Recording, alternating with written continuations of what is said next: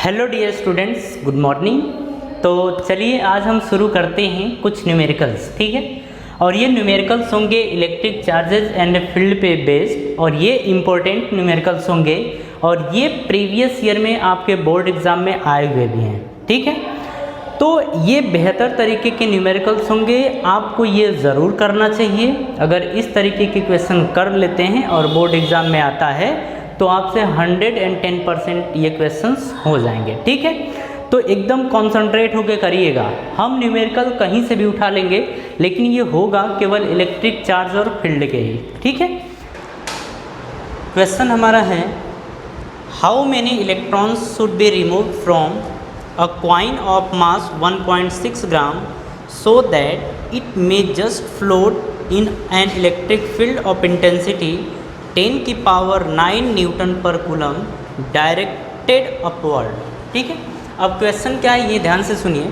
बोल रहा है कि कितने इलेक्ट्रॉन्स रिमूव कराए जाए। तो देखिए, जब कोई चार्ज पार्टिकल होता है और यहाँ से हम इलेक्ट्रॉन अगर रिमूव कराते हैं, तो इस पार्टिकल के ऊपर पॉजिटिव चार्ज आ जाता है, ऐसा होता है। अब यहाँ से ध्यान से समझिएगा, जैसे ये कोई चार्ज पार्टिकल था Q, ठीक है। अब इसके ऊपर बात कर रहे हैं तो ये पॉजिटिव नेचर का है। अगर इसे हमें बैलेंस में रखना है या जस्ट अपवर्ड डायरेक्शन में ले जाना है, इसका मतलब फोर्स किधर लगना चाहिए, ऊपर की तरफ। यहाँ पे जस्ट की बात कर रहा है, इसका मतलब कि नीचे जो लगने वाला फोर्स है m इंटू जी, ये और ये आपस में बराबर हो जाएंगे, ठीक है। अब बात कर रहे हैं इलेक्ट्रिक फील्ड किधर रहेगी। तो देखिए, अगर पॉजिटिव चार्ज है और पॉजिटिव चार्ज के ऊपर फोर्स ऊपर लग रहा है, तो इसमें होता क्या है कि इलेक्ट्रिक फील्ड की डायरेक्शन भी ऊपर ही होती है, क्योंकि किसी भी पॉजिटिव चार्ज पे इलेक्ट्रिक फील्ड की डायरेक्शन में ही फोर्स लगता है, ठीक है। अब हमसे पूछा था कि कितने इलेक्ट्रॉन्स को अपन रिमूव करा सकते हैं, तो हम यहाँ पे बोलेंगे F is equals to m into g, ठीक है। अब यहाँ पे देखिए दिया क्या था, जो डाटा गिवन है उसे अपन लिख लेते हैं। m की वैल्यू दे रखी है 1.6 ग्राम, इसका मतलब है कि 1.6 इंटू 10 की पावर -3 किलोग्राम, ये आ गया।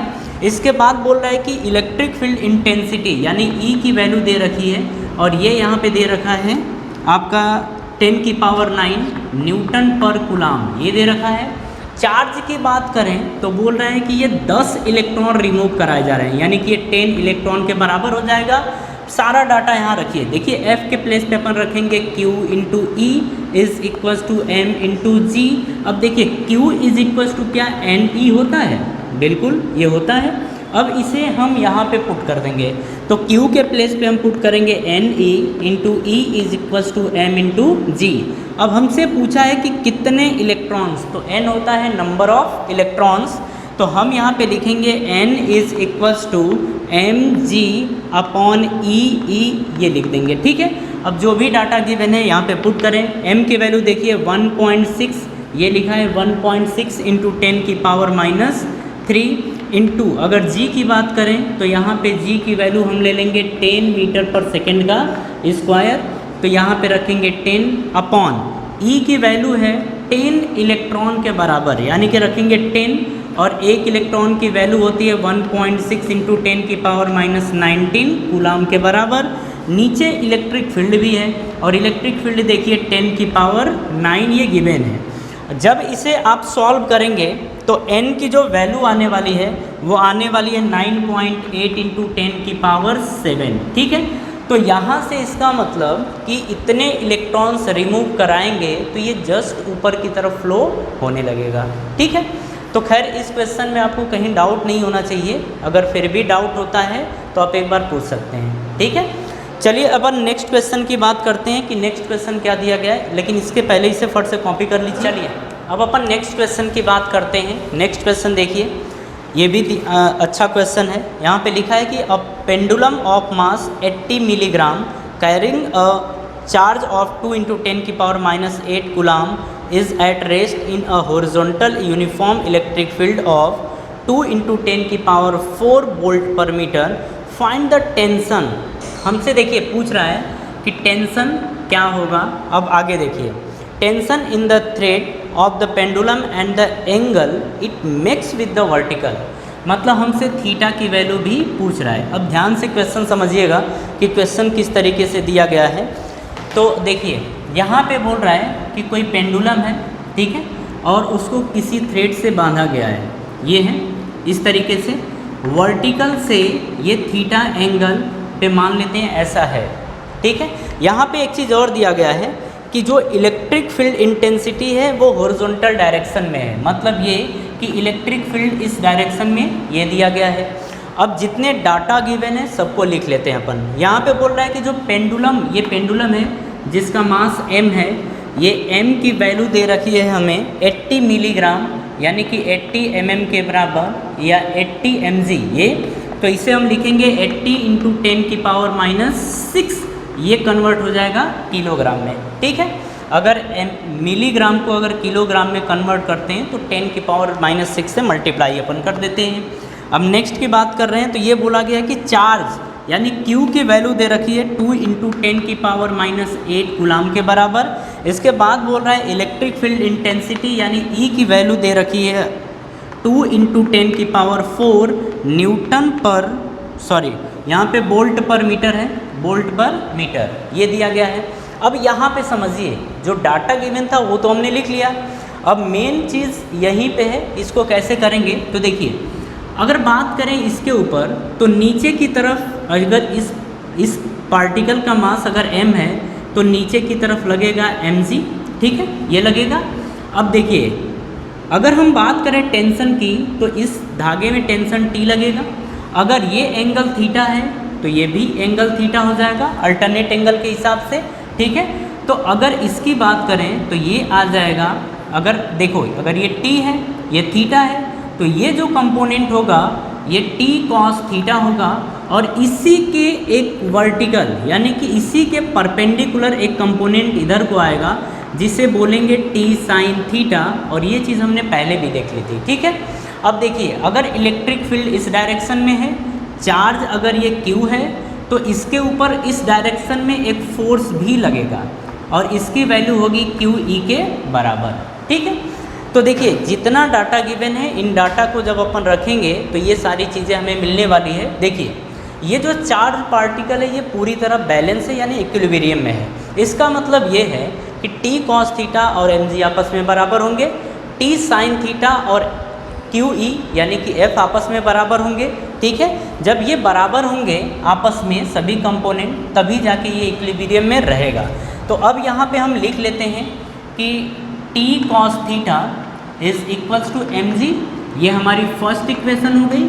अब इसी तरीके से देखिए T sin theta is equals to F यानी कि T sin theta is equals to F is equals to QE यानी QE, ये हमारी हो गई सेकेंड इक्वेशन, ठीक है। अब देखिए यहाँ पे इन्हीं दोनों इक्वेशन की हेल्प से अपन टेंशन और थीटा दोनों कैलकुलेट करेंगे, ठीक है। लेकिन सबसे पहली बात यह है कि mg और QE की वैल्यू हम कैलकुलेट कर लें, या चलिए बाद में अपन कैलकुलेट कर लेते हैं। सबसे पहले हम क्या करेंगे यहाँ पे second equation upon first equation करेंगे। तो सेकेंड इक्वेशन में जब फर्स्ट इक्वेशन से अपन डिवाइड करेंगे तो लिखेंगे T sin theta upon T cos theta is equals to QE upon mg, ये रखेंगे। T से देखिए T cancel out, sine theta upon cos theta ये आएगा tan theta is equals to QE upon mg, ये आ जाएगा, ठीक है। कोई डाउट? अभी कहाँ डाउट है। चलिए अब आगे देखते हैं, यहाँ पे सारी वैल्यूज अपन पुट करें तो tan theta is equals to Q, और Q की वैल्यू देखिए रखा है 2 × 10⁻⁸, तो 2 × 10⁻⁸ इंटू अगर इलेक्ट्रिक फील्ड की बात करें तो 2 × 10⁴, तो 2 × 10⁴ ये आ गया अपॉन में। अब देखिए मास दिया था 80 मिलीग्राम यानी कि 80 × 10⁻⁻⁶ ये आ जाएगा। अब देखिए G और G की वैल्यू अपन ले लेते हैं 10। तो देखिए यहाँ से जब इसे आप कट पिट करेंगे, कैंसल आउट करेंगे तो इसकी वैल्यू आएगी 0.51, ये आएगा। टाइम वेस्ट ना हो इसलिए हमने डायरेक्ट इसको रख दिया है, ठीक है। अब देखिए जो 0.51 है वो tan 27 की वैल्यू होती है, तो ये आप याद रखिए, ठीक है। तो थीटा की वैल्यू कितनी आ गई? 27 डिग्री। तो 27 डिग्री पे ये पार्टिकल बैलेंस रहेगा। अब हमें निकालना है टेंशन, तो इसको उठा के यहाँ पटक दीजिए। तो हम इसे बोलेंगे कि पुट इन सेकेंड इक्वेशन। तो जब हम सेकेंड इक्वेशन में पुट करेंगे तब हमें टेंशन मिल जाएगा। तो देखिए हम यहाँ से रखेंगे T इज इक्वल्स टू, क्या क्यू ई अपॉन साइन थीटा अपन रख सकते हैं? बिल्कुल रख सकते हैं ये चीज़। तो T is equals to Q, और Q के प्लेस पे अपन रखेंगे 2 इंटू 10 की पावर 8 -8। इलेक्ट्रिक फील्ड है 2 इंटू 10 की पावर 4, ये दे रखा है, अपॉन साइन थीटा तो यहाँ रख देंगे साइन 27 डिग्री। ठीक है। अच्छा, साइन 27 डिग्री की वैल्यू की अगर बात करें तो ध्यान से समझिएगा, जैसे अपन साइन 30 की बात करते हैं तो साइन 30 की वैल्यू होती है 1/2, यानी कि इसकी वैल्यू होती है 0.5, ये होता है। ठीक है। लेकिन अगर साइन 30 की बात करें, साइन 27 की बात करें तो 0.5 तो होगा नहीं, लेकिन 0.5 से थोड़ा सा कम होगा। ठीक है। और इसे हम अप्रोक्सीमेट में मान लेंगे 0.47 या 0.45, ये हम मान लेंगे। ठीक है। क्योंकि एग्जैक्ट वैल्यू हम कैलकुलेट नहीं कर सकते, तो मान के ही चलना पड़ेगा। और देखिए ये आ गई 0.45, अब इसे आप यहाँ पुट कर दीजिए। ठीक है। मतलब इसकी वैल्यू आप 0.45 ये पुट कर दीजिए। जब पुट करेंगे तो टेंशन आपका आएगा 8.81 इंटू 10 की पावर -4 न्यूटन के बराबर। ठीक है। तो इस स्ट्रिंग में जो टेंशन आएगा वो 8.81 इंटू 10 की पावर -4 न्यूटन आएगा, और जो ये एंगल होगा वो 27 डिग्री होगा। ठीक है। सबसे इम्पोर्टेंट चीज़ यहाँ पे होती है कॉन्सेप्ट को समझना। अगर ये तौर तरीके आपको समझ में आ गए तो इस तरीके के क्वेश्चन आप सॉल्व कर लेंगे। ये कैलकुलेशन पे ज़्यादा फोर्स अभी अपन नहीं दे रहे हैं। ठीक है। क्योंकि हमें ज़्यादा से ज़्यादा क्वेश्चन सॉल्व करना है, तो अगर कैलकुलेशन करेंगे तो करते ही रह जाएंगे। इसे आप बैठ के आराम से करिएगा। ठीक है। चलिए कॉपी करिए फट से, नेक्स्ट क्वेश्चन की बात कर रहे हैं अपन। अब आप देखिए ये क्वेश्चन दिया क्या गया है।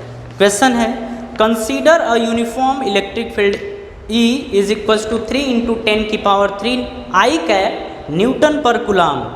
ठीक है। इलेक्ट्रिक फील्ड हमें गिवन है, E दे दिया गया है, यह 3 इंटू 10 की पावर 3 आई कैप न्यूटन पर कूलाम ये दिया गया है। आगे इसमें फर्स्ट पूछ रहा है कि what is the flux of this field through a square of 10 centimetre side whose plane is parallel to the YZ plane. ठीक है।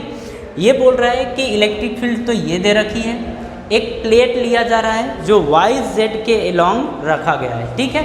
तो बोल रहा है कि उससे फ्लक्स कितना पास होगा। तो मेरी बात ध्यान से समझिएगा, जैसे अगर हम इस पेज की बात करें तो ये हम मान लेते हैं ये स्क्वायर प्लेट है। ठीक है। ऐसे मान लेते हैं कि स्क्वायर प्लेट है। ठीक। अगर इलेक्ट्रिक फील्ड की बात करें तो इलेक्ट्रिक फील्ड इस डायरेक्शन में ऐसे मूव करेगा, इलेक्ट्रिक फील्ड इस डायरेक्शन में है। तो अब हमसे पूछ रहा है फ्लक्स, तो ये जो प्लेन है ये YZ प्लेन है। क्यों? क्योंकि अगर ये हम बात करें, जैसे ये X एक्सिस है, ठीक है, तो इसका मतलब ये Y है और ये Z है, इस तरीके से। तो ये प्लेन YZ प्लेन है, और जो X एक्सिस है वो इस डायरेक्शन में है। तो हमसे बोल रहा है कि बताइए इससे पास होने वाला फ्लक्स कितना होगा। ठीक है। तो अगर हम इस एरिया की बात करें और हम ये मान लें ये YZ प्लेन में रखा गया है, और इसकी जो साइड है वो 10 सेंटीमीटर के बराबर है, और ये स्क्वायर है। ठीक है। तो अगर इसके एरिया की बात करें, अच्छा इससे साइड की बात करें तो 10 इंटू 10 की पावर क्या -2 मीटर होगा? बिल्कुल होगा। एरिया की बात करें तो क्या लेंथ का स्क्वायर होगा, यानी कि 10 इंटू 10 की पावर -2 का होल स्क्वायर। तो ये आ जाएगा 10 का स्क्वायर इंटू 10 की पावर -4, यानी ये आ जाएगा 10 की पावर -2 मीटर का स्क्वायर। तो एरिया तो ये मिल गया। ठीक है। अगर हम इलेक्ट्रिक फील्ड की बात करें तो इलेक्ट्रिक फील्ड ये दे रखा है। तो अगर फ्लक्स की बात करें कि इस एरिया से कितना फ्लक्स पास होगा, तो phi is equals to EA cos theta, ये होगा। अब देखिए इलेक्ट्रिक फील्ड इस डायरेक्शन में है, तो इस प्लेट का एरिया वेक्टर इस डायरेक्शन में होगा, एरिया वेक्टर। तो इलेक्ट्रिक फील्ड भी इसी डायरेक्शन में है, एरिया वेक्टर भी इसी डायरेक्शन में है, मतलब हम बोलने वाले हैं थीटा की वैल्यू 0 डिग्री होगी। तो यहाँ से आ जाएगा EA cos 0, और cos 0 की वैल्यू होती है 1, यानी कि ये आ गया EA के बराबर। अगर इलेक्ट्रिक फील्ड की बात करें तो 3 इंटू 10 की पावर 3, तो 3 इंटू 10 की पावर 3 ये आ गया, इंटू एरिया की बात करें तो एरिया है 10 की पावर -2, तो 10 की पावर -2, तो ये आ गया 3 × 10 की पावर 1, क्योंकि 3 और +2 +3 -2 तो +1 बचेगा, यानी कि ये आ गया 30। अगर हम इसके यूनिट की बात करें तो न्यूटन मीटर स्क्वायर पर कूलम, या यही होता है वोल्ट मीटर। ठीक है, ये हमारा आंसर आ गया। चलिए अब इसमें एक और पार्ट दिया गया है, बी पार्ट, और बी पार्ट को समझिए। बोला गया है कि what is the flux through the same plane same square if the normal to its plane makes 60 degree angle with the x axis. बोल रहा है कि अब ये प्लेन को, जैसे ये इस तरीके से था, समझ जाइए, और इसको हम क्या कर रहे हैं कि 60 डिग्री ऐसे बेंड कर दे रहे हैं। ठीक है, तो जो नॉर्मल है, जो ये नॉर्मल बनेगा, ये नॉर्मल इसका, ये एक्स एक्सिस से 60 डिग्री पर है।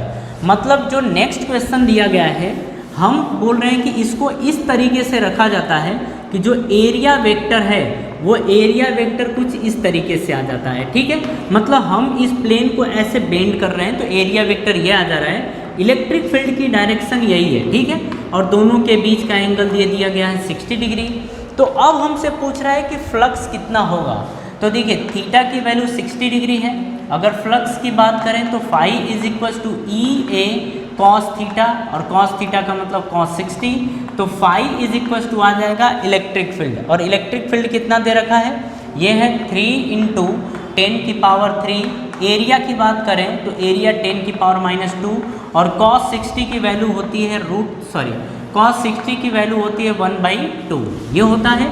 अब देखिए यहाँ से बचेगा तो ये रखेंगे 3 × ये 1/2 ऐसे कर लें, इंटू क्या ये 10 होगा, 10 की पावर 3 - 10 की पावर 2, तो ये लिखा गया है। तो जब दोनों को ऐड करेंगे तो 10 बचेगा, 2 × 5 = 10, तो ये आ जाएगा 15। तो फाई की वैल्यू 15 वोल्ट मीटर ये आ गया। ठीक है, मतलब इतना फ्लक्स हमें मिलने वाला है। तो ये क्वेश्चन समझ में आया किस तरीके से सॉल्व हुआ है। चलिए अब अपन नेक्स्ट क्वेश्चन की बात कर रहे हैं। नेक्स्ट क्वेश्चन भी अपने आप में एक बेहतर क्वेश्चन है, और ये हमसे क्या बोल रहा है कि a system has 2 charges QA जिसकी वैल्यू है 2.5 × 10 की power -7 coulomb, and QB is equals to -2.5 × 10 की पावर -7 कूलम, लोकेटेड एट, ये दिया गया है, देख लीजिए, सेंटीमीटर, एंड B भी दिया गया है centimetre respectively. What is the total charge कितना होगा, and electric dipole moment of the system ये कितना होगा। अब ध्यान से समझिएगा इस क्वेश्चन को, क्वेश्चन भी ठीक है, मतलब इतना गड़बड़ नहीं, काफ़ी ठीक ठाक क्वेश्चन है। तो अब हम इसके सॉल्यूशन की बात कर रहे हैं। ठीक है, क्वेश्चन को समझिए। बोला गया, यहाँ पे दिया गया है कि ये y एक्सिस, ये x एक्सिस, और ये दे दिया गया है z एक्सिस।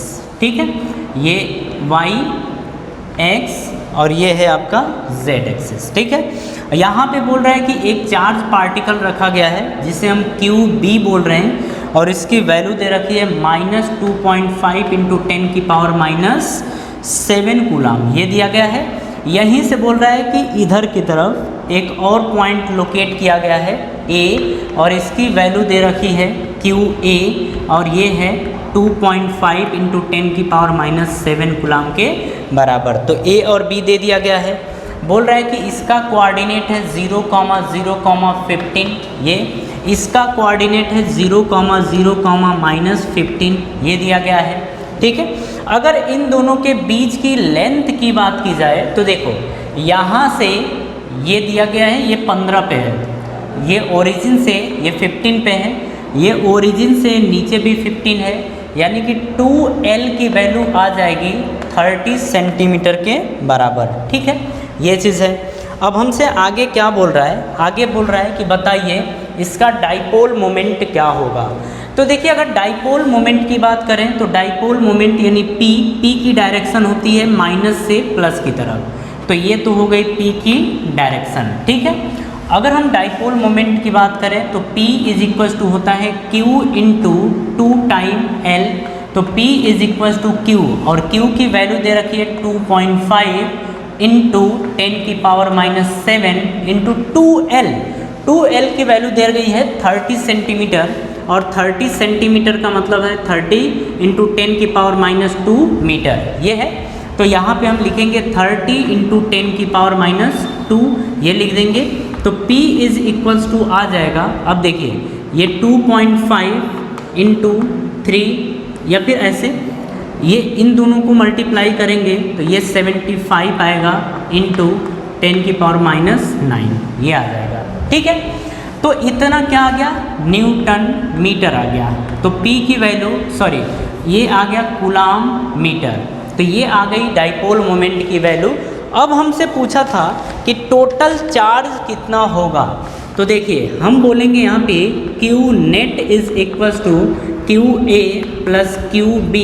अगर QA की बात करें तो QA दे रखा है 2.5 इंटू 10 की पावर माइनस 7 प्लस QB की वैल्यू है माइनस 2.5 इंटू 10 की पावर माइनस 7, तो यानी कि नेट चार्ज की वैल्यू क्या आ जाएगी, 0, और यही हमारा आंसर होगा। देखिए इस क्वेश्चन में समझना क्या था, हमसे पूछा था कि डाइपोल मोमेंट कितना होगा और टोटल चार्ज कितना होगा। तो डाइपोल मोमेंट समझने में एकदम आपको दिक्कत नहीं होनी चाहिए, ठीक है, क्योंकि हमें बोल दिया था ये कोऑर्डिनेट केवल फंसाने के लिए दिया गया है, ठीक है। लेकिन मेन चीज़ होता है कि इन दोनों चार्जेस के बीच की लेंथ कितनी है, तो लेंथ है 30 सेंटीमीटर के बराबर, ठीक है। अगर डाइपोल मोमेंट के डायरेक्शन की बात करें तो ये हमेशा निगेटिव से पॉजिटिव की तरफ होता है, ठीक है। नेक्स्ट क्वेश्चन हमसे पूछा गया है कि an oil drop of 12 excess electron, मतलब कोई ऑयल ड्रॉप है जिस पे 12 इलेक्ट्रॉन अधिक हैं, और जब भी अधिक होता है तो वहाँ पे निगेटिव चार्ज डेवलप हो जाता है, यानी कि -12 इलेक्ट्रॉन अपन ऐसे बोल सकते हैं, ठीक है। ये है electron is held stationary under a constant electric field of 2.55 into 10 की पावर 4 न्यूटन पर coulomb in Millikan's oil drop experiment, estimate the radius of drop, the density of oil is इतना, एस्टिमेट रेडियस ऑफ ड्रॉप। हमसे radius of drop पूछ रहा है, ठीक है। अब यहाँ पे समझिए कि जो डाटा गिवन है सबको अपन लिख लेते हैं। यहाँ पे बोल रहा है कि इलेक्ट्रिक फील्ड इंटेंसिटी दी गई है, और ये E की वैल्यू दिया गया है 2.55 इंटू 10 की पावर 4 न्यूटन पर कूलम, ये दिया गया है, ठीक है। और डेंसिटी की बात कर रहे हैं तो डेंसिटी दी गई है 1.26 ग्राम सेंटीमीटर का क्यूब, ये दिया गया है। ग्राम पर सेंटीमीटर का क्यूब, ये दिया गया है। बोल रहा है कि रेडियस ऑफ ड्रॉप बताइए कितना होगा, यानी कि R की वैल्यू हमसे पूछ रहा है, ठीक है। अब यहाँ पे हमें देखना होता है कि जो डेंसिटी है इसको किलोग्राम पर मीटर के क्यूब में कन्वर्ट करना होता है, ठीक है। अब सबसे पहले तो हम इसी को कन्वर्ट कर लेते हैं, उसके बाद बाकी चीज़ें हम देखते हैं, ठीक है। अब देखिए रो की बात कर रहा है, ये 1.26 लिखा है, इनटू ग्राम को किलोग्राम में कन्वर्ट करेंगे तो क्या 10 की पावर माइनस 3, ये कन्वर्ट हो गया किलोग्राम में, पर सेंटीमीटर का क्यूब है। तो देखिए अगर हम बात करें कि 1 सेंटीमीटर में कितने मीटर होता है, तो 10 की पावर माइनस 2 मीटर होता है, ठीक है। तो यहाँ पे सेंटीमीटर, यानी सेंटीमीटर नीचे है, तो इसको मीटर में कन्वर्ट करेंगे तो 10 की पावर माइनस 2 का ये होल क्यूब, और ये आएगा पर सेंटीमीटर, ये सेंटीमीटर का क्यूब, सॉरी ये कन्वर्ट हो जाएगा मीटर के क्यूब में, ठीक है। इस तरीके से कन्वर्ट करेंगे तो रो की वैल्यू आ जाएगी 1.26 इंटू 10 की पावर माइनस 3 अपॉन ये 10 की पावर माइनस 6 आएगा, और ये आएगा ग्राम पर मीटर का, सॉरी ये आएगा किलोग्राम पर मीटर का क्यूब, ये आ जाएगा, ठीक है। तो डेंसिटी ये दे रखी है, इसको और सही से लिखा जाए तो 1.26 इंटू 10 की पावर देखिए -3, ये -6, ये ऊपर जाएगा तो +3 आ जाएगा, तो ये किलोग्राम पर मीटर का क्यूब, ये डेंसिटी आ गया, ठीक है। अब जो ये ऑयल ड्रॉप है इसको हमें इलेक्ट्रिक फील्ड में बैलेंस रखना है, मतलब इक्विलिब्रियम में रखना है। इसका मतलब एक फोर्स ऊपर लगना चाहिए और एक फोर्स नीचे लगना चाहिए, और दोनों आपस में होने चाहिए इक्वल, तभी जाके ये बराबर होगा, ठीक है, तभी जाके ये इक्विलिब्रियम में रहेगा। अब चलिए बात करते हैं आगे। यहाँ पे F इज इक्वल्स टू, अब इलेक्ट्रिक फील्ड दे दिया गया है तो Q e is equal to m into g. ठीक है, हमसे बात कर रहा है, हमसे पूछ रहा है कि रेडियस कितना होगा। तो अगर हम मास की बात करें तो मास होता है वॉल्यूम इंटू डेंसिटी, मास होता है डेंसिटी होता है मास पर यूनिट वॉल्यूम, ये होता है। या फिर अगर हम बात करें यहाँ पे मास की तो मास होगा वॉल्यूम इंटू डेंसिटी, ये आ जाएगा। तो m is equals to volume, volume होगा 4/3 pi are cube into rho, ये आ जाएगा। अब इसको यहाँ पे उठा के पुट करें तो हम रखेंगे Q e is equals to 4/3 pi are cube into rho into g, ये आ जाएगा।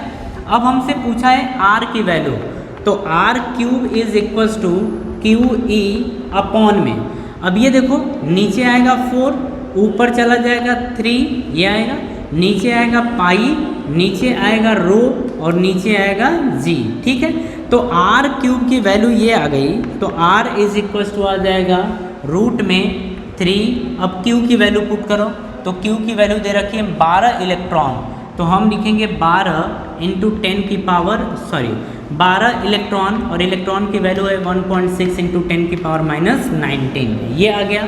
ठीक है, अब 3 ये भी हो गया, 3 क्यू भी हो गया। इलेक्ट्रिक फील्ड दे रखा है इंटू 2.55 इंटू 10 की पावर 4, ये आ गया।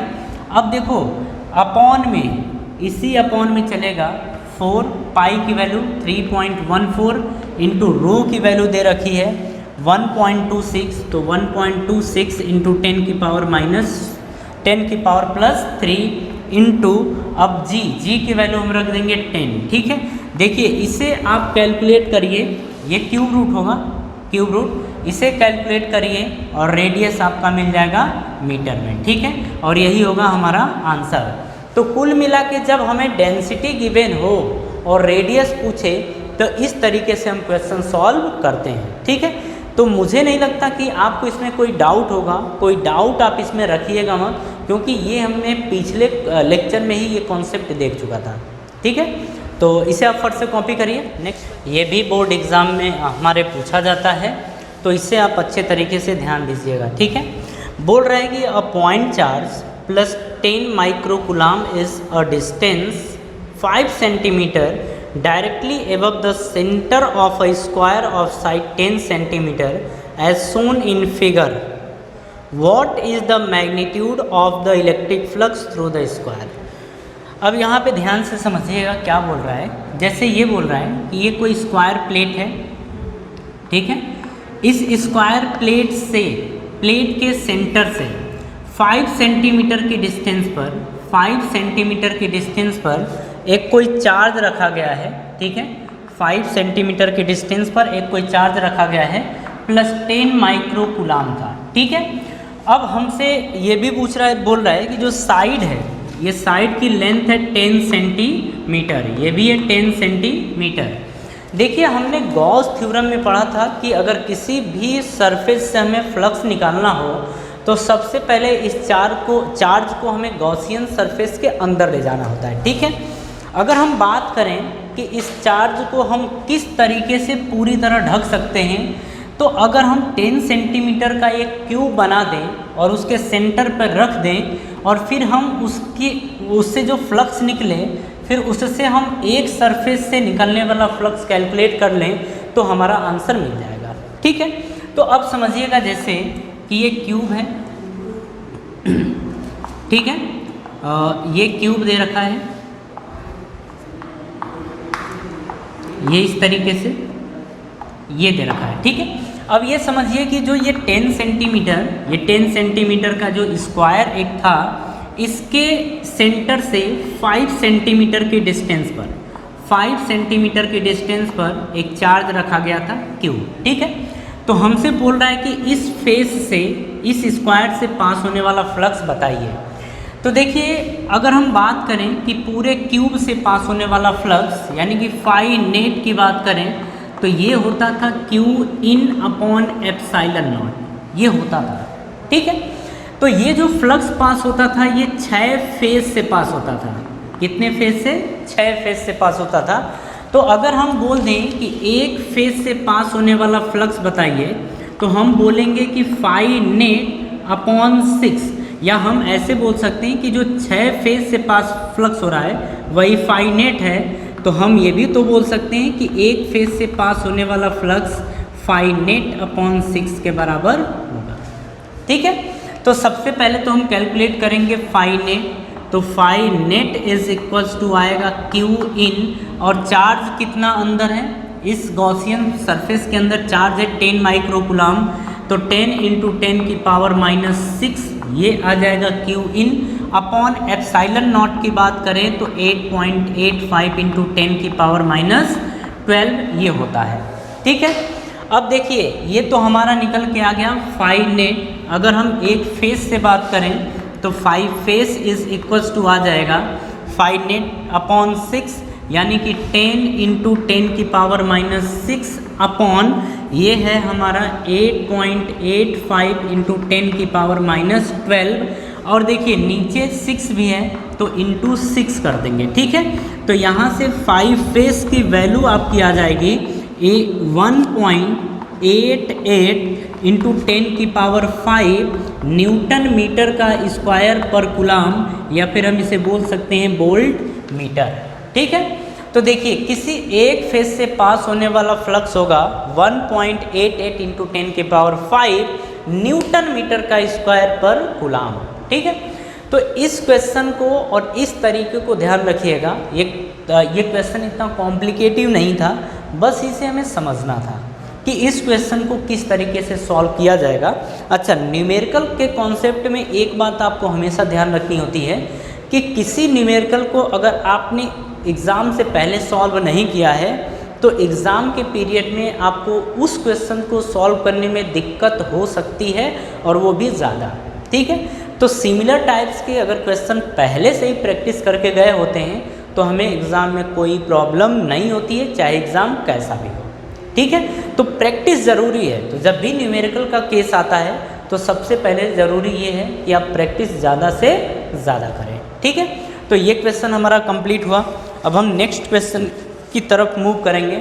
चलिए ध्यान से क्वेश्चन देखिए। नेक्स्ट क्वेश्चन हमें दिया गया है कि 2 big thin plates are placed near to each other and it is parallel to each other. Due to opposite charge on plate, the charge density is 17 into 10 की पावर -22 कूलम पर मीटर का square. What is the value of electric field between the plates? ठीक है, यहाँ पे बोल रहा है कि 2 पैरेलल प्लेट्स हैं। ठीक है, 2 पैरेलल प्लेट्स हैं। एक प्लेट ये है, दूसरा प्लेट ये दे रखा है। ठीक है, इसके ऊपर चार्ज डेंसिटी यानी कि प्लस सिग्मा और माइनस सिग्मा ये दे रखा है। ठीक है, और सिग्मा की वैल्यू दे रखा है चार्ज डेंसिटी 17 इंटू 10 की पावर -22 कूलाम पर मीटर का स्क्वायर ये दे रखा है। ठीक है, बोल रहा है कि इन दोनों प्लेट्स के बीच में अगर ये पॉजिटिव है तो इसके ऊपर प्लस रहेगा। ठीक है, इसके ऊपर निगेटिव यानी माइनस रहेगा। हमसे बीच में कहीं इलेक्ट्रिक फील्ड पूछ रहा है। ठीक है, तो इसके कारण इलेक्ट्रिक फील्ड हम ले लेते हैं E1, और इसके ये पॉजिटिव नेचर का है तो इस पॉइंट P पर इलेक्ट्रिक फील्ड इधर की तरफ आएगा। निगेटिव नेचर का है तो इसके कारण भी इलेक्ट्रिक फील्ड इधर ही आएगा और ये होगा E2। ठीक है, तो अगर हम E नेट की बात करें या EP की बात करें तो ये आ जाएगा E1 प्लस E2 के बराबर, यानी कि इन दोनों प्लेट्स के बीच में कहीं पे इलेक्ट्रिक फील्ड आएगी E1 प्लस E2 के बराबर। अगर यहाँ पे हम बोल दें E1 इज इक्वल्स टू, यहाँ पे आ जाएगा sigma upon 2 time epsilon not. हमने देखा था कि किसी प्लेट के कारण किसी पॉइंट पर इलेक्ट्रिक फील्ड मिलता है सिग्मा अपॉन 2 एप्साइलन नॉट। ठीक है, ये आ जाएगा E1, और E2 की बात करें तो ये भी आएगा सिग्मा अपॉन 2 एप्साइलन नॉट। ठीक है, अब इन दोनों वैल्यूज़ को पुट किया जाए तो EP is equals to E1 मतलब sigma upon 2 epsilon not plus sigma upon 2 epsilon not. यहाँ से हम एलसीएम लेंगे 2 एप्साइलन नॉट तो यह आ जाएगा सिग्मा प्लस सिग्मा, यानी कि 2 सिग्मा अपॉन 2 एप्साइलन नॉट। यानी कि जो EP या E नेट की वैल्यू आएगी वो आएगी 2 से 2 cancel out, sigma upon epsilon not ये आएगा। ठीक है, सिग्मा की वैल्यू दे रखी है 17 इंटू 10 की पावर -22 अपॉन, अगर हम एप्सिलॉन नॉट की बात करें तो 8.85 इंटू 10 की पावर -22 ये आएगा। और जब इसे हम सॉल्व करेंगे तो इसकी फाइनल वैल्यू आएगी जो वो ये आएगा 8.85 इंटू 10 की पावर -12 ये आएगा। जब इन दोनों को अपन सॉल्व करेंगे तो इसकी वैल्यू आएगी 1.92 इंटू 10 की पावर -10 न्यूटन पर कूलाम के बराबर। ठीक है, तो ये हमारा आंसर हो जाएगा। सबसे मेन बात इसमें क्या था कि हमें ये पता होना चाहिए कि किसी भी चार्ज प्लेट के कारण किसी पॉइंट पर इलेक्ट्रिक फील्ड आता है सिग्मा अपॉन 2 एप्सिलॉन नॉट, और इसको करने के तौर तरीके भी हमें आने चाहिए। ठीक है, देखिए थ्योरेटिकल पार्ट में हर एक चीज़ आपको बता दिया गया है। मतलब इसके पहले जितने हमने वीडियोस देखे थे, जितने हमारे लेक्चर्स हुए थे, उसमें सारे के सारे कॉन्सेप्ट क्लियर कर दिए गए हैं। तो अगर कहीं पे भी न्यूमेरिकल सॉल्व करने में दिक्कत होती है तो सबसे पहले आप कॉन्सेप्ट को क्लियर करिए, फिर न्यूमेरिकल करना शुरू कीजिए। ठीक है, ऐसा नहीं कि हमारा टाइम चला गया है, नहीं, टाइम नहीं गया है। आप चाहें तो अब से भी करें और आपसे हो जाएगा। ठीक, चलिए अपन एक बेहतर क्वेश्चन करते हैं। क्वेश्चन देख लीजिए क्या लिखा गया है। क्वेश्चन क्या है, बोल रहा है कि a particle of mass m and charge -q enters the region between the two charge plate initially moving along x axis with speed vx. The length of the plate is L and uniform electric field E is maintained between the plates so that the vertical deflection of the particle at the far edge of the particle is QEL square upon 2mvx square। ठीक है, देखिए question easy है, बस इसके language को आप समझिए कि क्या लैंग्वेज है। देखिए बोल रहा है कि ये प्लेट्स है। ठीक है, इस क्वेश्चन को अपन आराम से करेंगे और अच्छे तरीके से करेंगे। ये दिया गया है, यहाँ पे ये पॉजिटिव प्लेट्स और ये है नेगेटिव प्लेट्स। ठीक है, कोई एक चार्ज पार्टिकल है और वो charge particle negative charge particle है। बोल रहा है कि इसके पास एक वेलोसिटी है vx और इस प्लेट की लेंथ दे रखी है l के बराबर। ठीक है, अब ये हमसे क्वेश्चन पूछ रहा है कि जब ये प्लेट्स को क्रॉस कर जाता है, ठीक है, तो बताइए ये कितना डिफ्लेक्ट हुआ है। तो हम मान लेते हैं कि यहाँ से जो डिस्टेंस थी, यहाँ से इस प्लेट की डिस्टेंस वो d थी। क्यों? क्योंकि देखिए होगा क्या कि ये माइनस चार्ज है। अगर इलेक्ट्रिक फील्ड की बात करें तो इलेक्ट्रिक फील्ड हमारी पॉजिटिव से नेगेटिव की तरफ, यानी ये होता है। ठीक है, निगेटिव चार्ज के ऊपर फोर्स लगता है इलेक्ट्रिक फील्ड के अपोजिट डायरेक्शन में, मतलब इस चार्ज के ऊपर हमेशा फोर्स लगेगा इधर की तरफ। ठीक है, तो जैसे जैसे ये चार्ज पार्टिकल आगे मूव करेगा तो फोर्स के कारण ये धीरे धीरे धीरे धीरे धीरे करते करते एक समय ऐसा आएगा कि ये बाहर एग्जिट कर जाएगा। ठीक है, बाहर एग्जिट कर जाएगा। हमसे पूछा है कि एग्जिट तो कर जाएगा, तो ये बताइए ये डिस्टेंस कितनी होगी अगर ये प्लेट की लेंथ L थी तो। ठीक है, ये हमसे पूछा जा रहा है। तो देखिए अगर किसी इलेक्ट्रिक फील्ड में बात करें तो हमें एक्सेलरेशन मिलेगा, क्योंकि अगर चार्ज पार्टिकल मूव कर रहा है किसी इलेक्ट्रिक फील्ड में, उसके ऊपर फोर्स लग रहा है, मतलब ये है कि उसके पास एक्सेलरेशन होगा। और एक्सेलरेशन किस डायरेक्शन में होगा? तो एक्सेलरेशन ऊपर की तरफ होगा, क्योंकि फोर्स भी लगेगा ऊपर की तरफ, निगेटिव चार्ज है तो फोर्स लगेगा ऊपर की तरफ। और फोर्स यानी F = ये आ जाएगा QE के बराबर। ठीक है, तो हम देखते हैं कि F = QE और F के प्लेस पे हम ma कर देते हैं और QE, एक्सेलरेशन आ जाता है QE/m के बराबर। तो देखिए ये जो चार्ज पार्टिकल है ये QE/m से एक्सेलरेट कर रहा है। ठीक है, अब हम मान लेते हैं कि यहाँ से ये L लेंथ को कवर करने में या L लेंथ कवर करने में टाइम T ले रहा है। ठीक है, तो T = टी यानी टाइम इज इक्वल टू होता है distance upon time, distance upon speed, ठीक है, ये होता है।